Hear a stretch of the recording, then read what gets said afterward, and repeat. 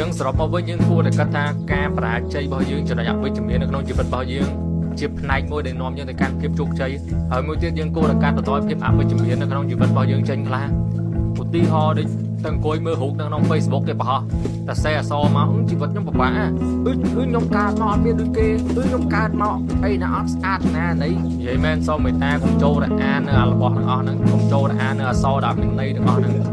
យកពេលទៅនេះកាន់បោកផ្ទះអត់យកជ្រះទៅដល់ប្រគុណក៏មានប្រយោជន៍ជាងមកអង្គុយអានរបស់ទាំងអស់ដែរហើយសួរថាអានទៅបានអីគេចំណេះដឹងអត់ការកំសាន្តអត់លើកទឹកចិត្តអត់វាមានបានអីក្រៅពីប្រហិនពេលវេលាឲ្យធ្វើយើងបាក់ទឹកចិត្តកូនឡងផុតទៅយូរឆ្នាំរៀមនៅតែចាំស្នេហ៍វិទ្យាល័យ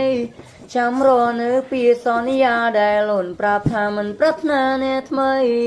តែពេលនេះមិនក៏ចិត្តស្រីផ្លាភ្លេចវិស្រ័យចាភ្លេចស្នេហ៍ភក្តីបងធ្លាប់គិតថាពួកយើងជាគូតែថាមិនអាចស៊ូយូរទៅគ្មានន័យសំដីដែលស្រីវិចារមកបងប្រាប់ថាគុំទៅចោលអូនប្រាប់បងថាយើងកុំបែកគ្នាគ្មានសំបីពីលៀមដេចក៏ទៅបាត់សូនគ្មានបេះដូងឬមនោសញ្ចេតនាទៅបានជីវ៉ាជីស្នេហាដូចតងកប់ចោលអនុស្សាវរីយ៍កុមាររឿងរ៉ាវស្នេហាបងនឹងបុប្ផាមួយតង